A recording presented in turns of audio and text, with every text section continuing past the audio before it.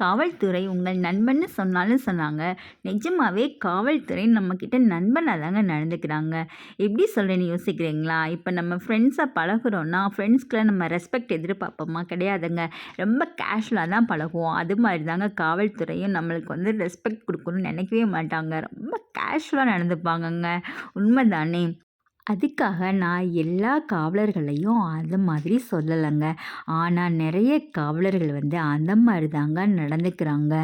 இப்போ நம்ம தப்பு பண்ணால் மட்டும்தான் நம்ம போலீஸை பார்த்து பயப்படணுமே தவிர, நம்ம தப்பு பண்ணாட்டினா போலீஸ்க்கு நம்ம மரியாதை கொடுக்குறோம். எதுக்காகனா அவங்க போட்டிருக்க யூனிஃபார்முக்கும் அவங்க இருக்க பதவிக்கும் நம்ம மரியாதை கொடுக்கணுங்க.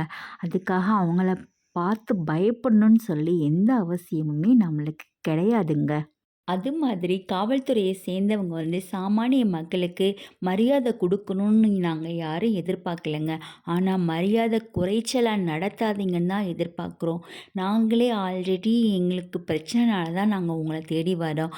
ஆனால் நீங்கள் கொடுக்குற அந்த ப்ரெஷரில் எங்களுக்கு ஏன்டா நம்ம பிரச்சனைங்க சொல்ல வந்தோம்னு சொல்லி யோசிக்கிற அளவுக்கு பண்ணிடுறீங்கங்க. இதனாலேயே நிறைய பேர் காவல் நிலையம் தேடி வரதை நிறைய குறைச்சிக்கிறாங்க. அவங்களுக்குள்ள பிரச்சனையை அவங்களுக்குள்ளே போட்டு நிறைய சூசைட் பண்ணிக்கிறாங்க, நிறைய ஸ்ட்ரெஸ் ஆகிக்கிறாங்க.